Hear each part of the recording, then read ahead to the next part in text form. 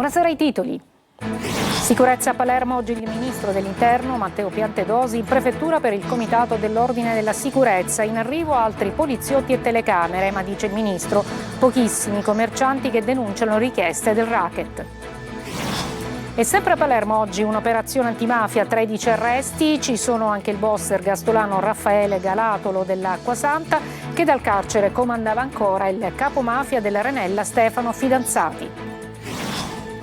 Le madri siciliane delle vittime di femminicidio scrivono 3 lettere aperte dopo le dichiarazioni di Vannacci che vorrebbe abolire la legge. Abbia rispetto e si vergogni. A Siculiana nell'Agrigentino una lite per una mancata precedenza degenera in un'aggressione a una famiglia, feriti un uomo invalido e una donna in gravidanza. A Niscemi primo rendiconto dei fondi per l'emergenza frana, raccolti 272.000 euro. Il Comune annuncia però controlli sulle somme ancora disponibili. Catania rinnova il suo legame con Sant'Agata celebrando il giubileo straordinario per i 900 anni dalla traslazione delle reliquie da Costantinopoli. Calcio, settimana decisiva in casa Catania per la scelta del nuovo allenatore, la conferma di Forte e il ritorno di Pieraccini ed Ausilio alle loro società di appartenenza, le prime indicazioni di mercato.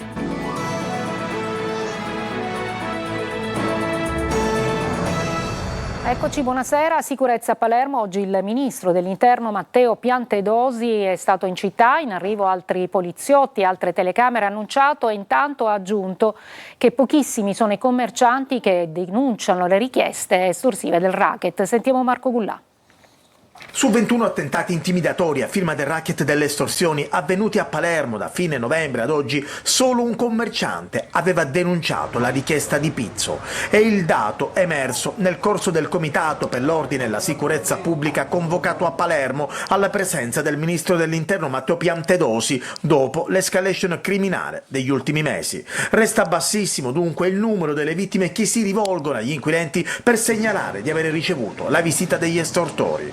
Un dato questo sottolineato anche da Piantedosi al termine dell'incontro in prefettura. Ci sono un bassissimo numero di denunce rispetto agli arresti fatti e anzi ci può essere anche qualche evidenza che qualcuno ancora vive la suggestione e la soggezione insomma di qualche modo di assecondare in prima battuta le richieste estorsive. Io questo voglio cogliere l'occasione per quindi evidenziare che qui a Palermo, ma in generale in Italia, lo Stato rispetto a qualche decennio fa c'è. Il ministro Piantedosi questa mattina ha presenziato anche all'inaugurazione della Villa Quarto Savona 15, immobile confiscato alla mafia che diventa un centro estivo per bambini ad Aspra, frazione di Bagheria, una mafia che secondo Piantedosi sta sfruttando il ricambio generazionale. È molto probabile che c'è un ricambio generazionale, ci sono nuove generazioni che stanno cercando di affermarsi, di accreditarsi, probabilmente con qualche compito di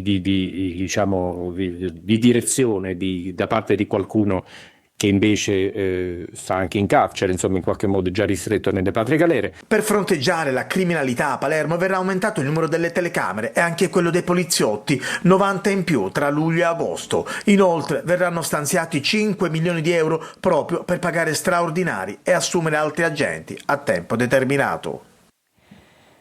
E sempre a Palermo oggi c'è stata un'operazione antimafia, sono 13 gli arrestati, tra loro il boss ergastolano Raffaele Galatolo che continuava a dirigere il clan dell'Acquasanta grazie anche alla semilibertà. In manette anche lo storico capomafia dell'Arenella Stefano Fidanzati. Luca Ciliberti.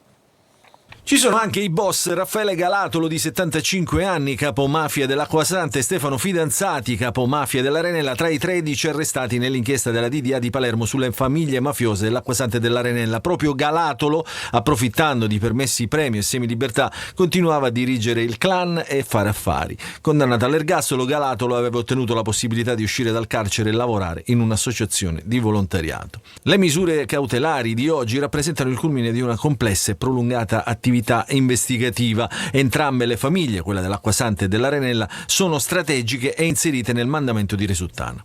Nel registro degli indagati sono state iscritte complessivamente 45 persone a cui vengono contestati a vario titolo i reati di associazione mafiosa, favoreggiamento personale, bancarotta fraudolenta, riciclaggio, autoriciclaggio, trasferimento fraudolento di valori ed esercizio abusivo delle scommesse. Gli investigatori sono riusciti a ridisegnare l'organigramma interno alle due storiche famiglie mafiose palermitane che, grazie a una fitta e fedele rete di alleati, continuavano a esercitare un controllo capillare sui territori di riferimento. I boss, sia all'Arenella sia all'Acquasanta, attraverso interazioni con altri esponenti di vertice di Cosa Nostra, avrebbero esercitato la propria influenza intervenendo nella risoluzione delle controversie e sull'operatività delle attività economiche della cosca, rilevando anche società fittiziamente intestate e incensurati al fine di ripulire i capitali illeciti. Le attività di indagine hanno documentato un articolato sistema di raccolte illegali di scommesse sportive realizzato attraverso l'installazione di punti gioco occulti, la fissazione di quote e la ricezione delle giocate esclusivamente in contanti, con il duplice scopo di generare profitti, evadendo le imposte, e riciclare proventi derivanti da altre attività illecite. A Siculiana, nell'Agrigentino, pensate, una lite per una mancata precedenza degenera in un'aggressione a una famiglia. Infatti sono stati feriti un uomo invalido e una donna in gravidanza. Davide Sarto. Doveva essere una domenica di mare e relax, ma si è trasformata in un pomeriggio di violenza. A Siculiana Marina, in provincia di Agrigento, una lite per motivi legati al traffico è degenerata in una brutale aggressione che ha coinvolto un'intera famiglia, tra cui una donna in gravidanza e un uomo invalido. Secondo il racconto diffuso sui social da una delle vittime, la donna si trovava nella località balneare insieme al marito, al figlio e alla suocera quando due giovani avrebbero reagito con estrema violenza a una discussione nata per futili motivi. Ad avere la peggio il marito della donna, invalido, che sarebbe stato colpito ripetutamente con pugni e scaraventato a terra, continuando a subire colpi anche quando era ormai sul selciato. Non si sarebbe fermata qui la furia degli aggressori. La stessa donna, in evidente stato di gravidanza, sarebbe stata raggiunta da un pugno al volto e spinta a terra, riportando diverse escoriazioni.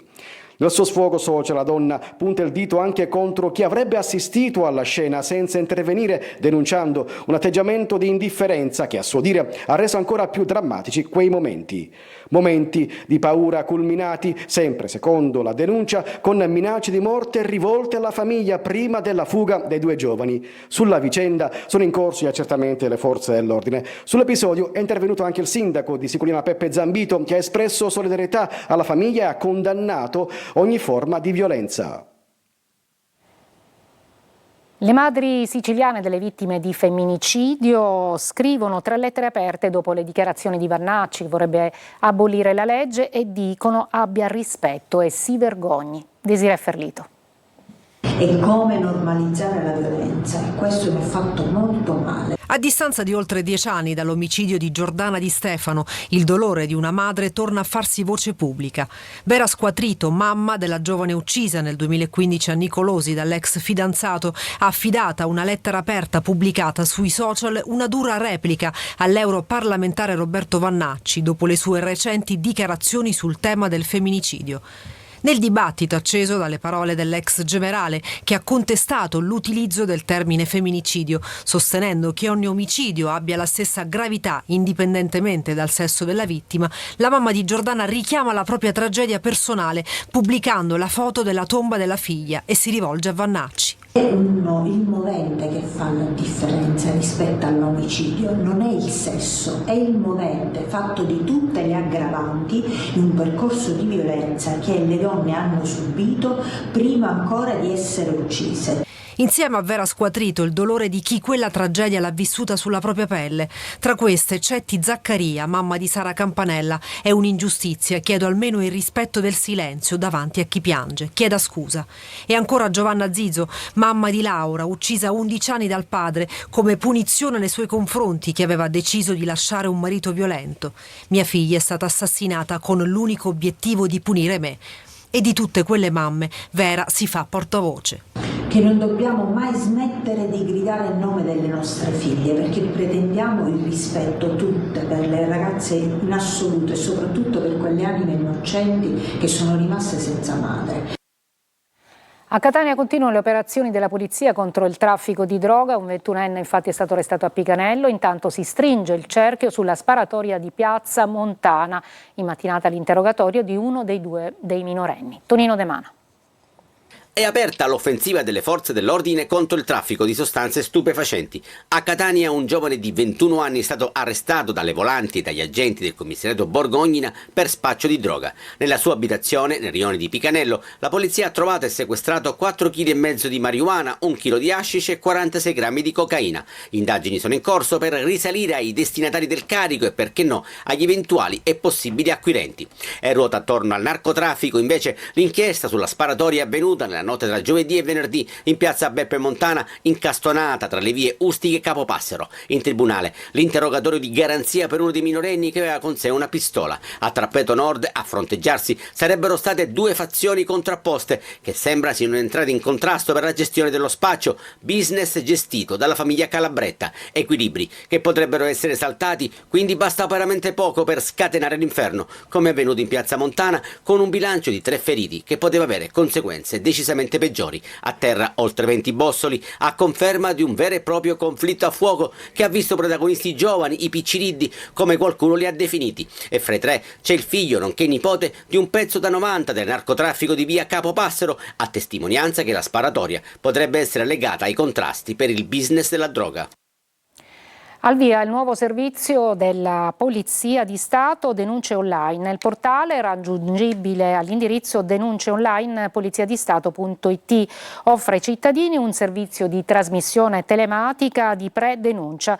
Si possono segnalare furto, frode informatica, truffa, accesso abusivo al sistema informatico, indebito, utilizzo di carte di credito, di pagamento e diffamazione online. Andiamo a Niscemi invece, dove c'è stato il primo rendiconto ufficiale del conto corrente dedicato all'emergenza frana, raccolti oltre 272.000 euro. Una parte significativa già trasferita a famiglie e attività colpite. Il Comune intanto annuncia controlli e anche un confronto sulle somme ancora disponibili. Ger Italia. A Niscemi arrivano i primi numeri ufficiali sugli aiuti economici destinati agli sfollati dopo la frana che ha colpito il territorio nel gennaio del 2026. Il Comune ha trasmesso al Comitato Frana il rendiconto del conto corrente dedicato alla solidarietà e agli interventi in favore delle persone coinvolte. Il totale delle somme incassate è pari a 272.266 euro. 188.200 euro sono le somme già bonificate. Rimangono ancora disponibili 84.066 euro. Dai dati comunicati dall'amministrazione emerge che sono già stati effettuati pagamenti a favore delle famiglie e dei soggetti interessati dai provvedimenti di sgombero, risorse destinate anche alle attività produttive che hanno subito conseguenze dalla situazione di emergenza. Tra gli interventi figurano contributi da 1.000 euro per le attività che hanno trasmesso il proprio codice IBAN e misure di sostegno per i nuclei familiari, comprese quelle collegate al contributo di autonoma sistemazione. Il sindaco Massimiliano Conti, nella comunicazione inviata al Comitato Frana, sottolinea che l'obiettivo dell'amministrazione è procedere celermente e nella massima trasparenza, fornendo un aggiornamento costante sulla gestione delle somme raccolte. Rimane adesso da definire l'utilizzo delle risorse ancora disponibili, oltre 84.000 euro che saranno oggetto di confronto con il Comitato Frana, alla luce delle necessità che emergeranno nei prossimi mesi. Un primo bilancio atteso dalla comunità, che fotografa la destinazione degli aiuti raccolti dopo l'emergenza e apre la fase successiva, quella delle nuove decisioni sulle somme rimaste e del sostegno alle persone ancora coinvolte. A Priolo Gargallo, uno dei comuni più colpiti del siracusano, dai forti odori di idrocarburi. Abbiamo sentito le persone, dicono un'area irrespirabile, quindi sono molto preoccupati. Sentiamo Francesco Loi. Noi non sappiamo cosa fare, se non chiuderci in casa con le porte e finestre e aspettare che il vento porti la puzza da quell'altra parte. Basta passare vicino al petrolchimico per percepire un'aria irrespirabile. Qui è sempre così, ci dice chi vive nella zona, anche se ultimamente la situazione sembra essere peggiorata. Mancavo da Priolo da 3 mesi perché studio fuori e sono arrivato proprio a fine maggio, inizio giugno ho percepito un aumento enorme della puzza. Questo è il petrolchimico più grande d'Europa. Qui il lavoro c'è, ma a traballare è la salute. I casi di tumore tra Siracusa, Priolo, Augusta e Melilli sono tantissimi. Non a caso si parla di quadrilatero della morte. Abbiamo solo gente ammalata, siamo tutti ammalati in questo paese. Sull'app Nose i cittadini possono segnalare la cosiddetta puzza. Così poi scattano i controlli più dettagliati sulla qualità dell'aria. Dopo i campionamenti, però, sembra tornare tutto come prima. Fino ad oggi purtroppo è stato così. Addirittura anche la magistratura ha dato le prescrizioni e dalle prescrizioni poi non vediamo risultati concreti. Nel fine settimana il sindaco di Priolo Gargallo Gianni ha chiesto di fermare gli impianti per capire da dove arrivi tutto ciò, scrivendo anche al Ministero dell'Ambiente. Io non ho perso la vocazione industriale, ma ho perso rispetto all'industria quella stima che avevo, perché intossicare tutti i giorni i cittadini mi porta ad essere molto chiaro. Una breve pausa, poi andremo a Catania per il giubileo straordinario dedicato a Sant'Agata.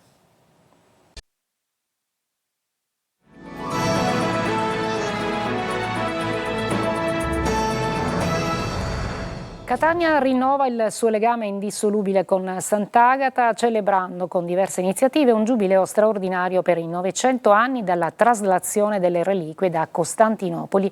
Si inizierà il 20 luglio con la presentazione dei lavori di restauro del busto reliquiario curati dagli esperti dei Musei Vaticani. Adelaide Barbagallo.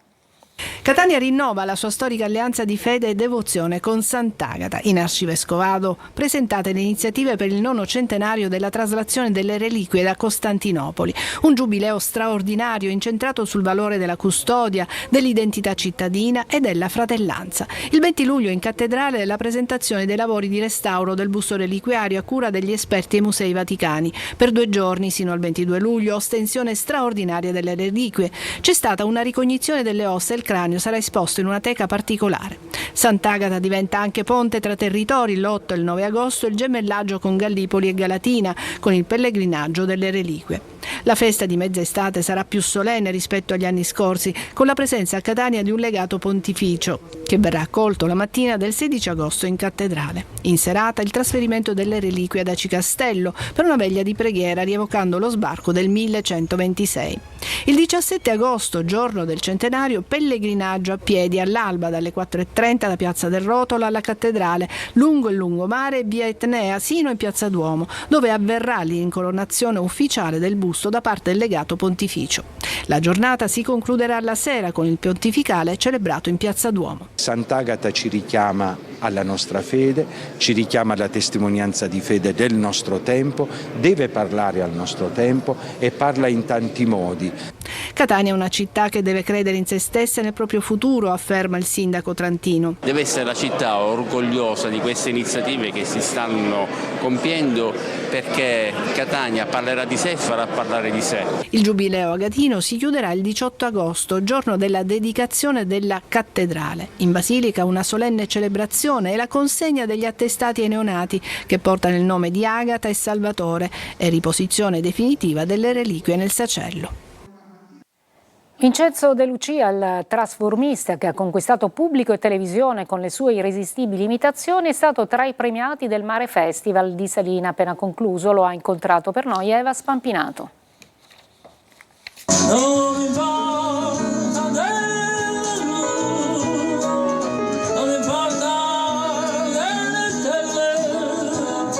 Attore, trasformista e imitatore tra i più amati del momento, Vincenzo De Lucia ha conquistato il grande pubblico grazie a una comicità elegante, mai aggressiva, costruita sull'osservazione dei dettagli e sulla capacità di cogliere tic, inflessioni e sfumature dei volti più noti della TV italiana. In realtà, chi è Vincenzo De Lucia? Guarda, come diceva un mio collega, ho perso il mio io, quindi no, in realtà è una persona molto distante da tutte queste donne, che coltiva molto la malinconia da buon napoletano e quindi forse anche un po' lontano da quello che si immagina il pubblico. De Lucia è stato premiato al Mare Festival di Salina che si è appena concluso. Molto felice di essere qua perché è un posto magico, veramente, sotto tutti i punti di vista. Oggi sono andato in motorino a fare scorribande per tutta l'isola e da togliere il fiato. Da Maria De Filippi a Mara Venier, passando per Barbara D'Urso e Lily Gruber, basta una parrucca, un'espressione, una battuta fulminante ed ecco che le donne della televisione sembrano prendere vita. Perché la scelta di fare tante donne? L'universo femminile è quello che secondo me ha migliorato di gran lunga proprio il mondo. Secondo me il femminile è una cosa di cui abbiamo bisogno assolutamente. Dietro ogni imitazione però c'è molto più di una semplice caricatura, c'è studio, tecnica e una straordinaria capacità interpretativa, un vero dono di natura. Lo dico sempre, arriva tutto da lì, ti puoi sforzare, puoi studiare, affinare, ma se non ti arriva da là un dono, un talento, difficile andare avanti. Breve pausa e poi la pagina dello sport con il Catania che pensa già al prossimo allenatore.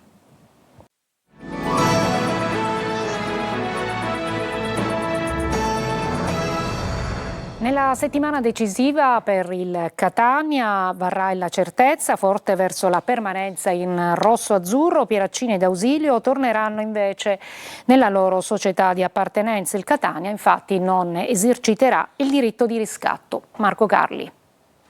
Una certezza, le prime decisioni relative al mercato e la settimana decisiva sul fronte allenatore. Il Catania nei giorni legati ai procedimenti sulle iscrizioni ha la certezza ormai nota da tempo relativa al direttore sportivo, con l'accordo già definito 2 anni di contratto con Varrà che ufficialmente da inizio stagione, cioè dal 1 luglio, ricoprirà il ruolo. Cominciano anche i 3 giorni dedicati ai riscatti. Il Catania ha deciso di non esercitare il diritto di opzione per Pieraccini, per questioni di costo e non di gradimento del giocatore.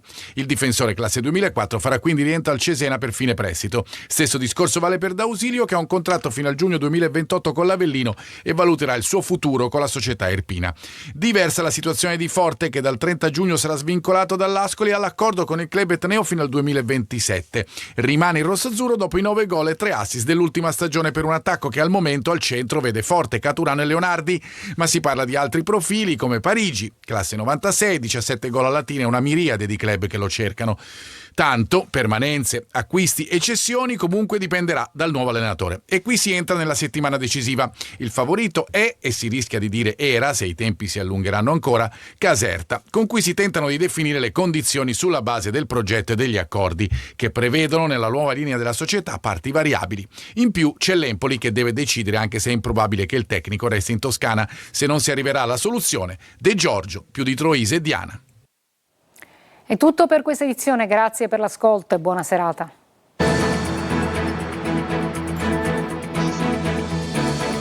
Entra nel mondo dell'informazione con l'app Sicilia Web. Resta sempre aggiornato con le news e le live in diretta.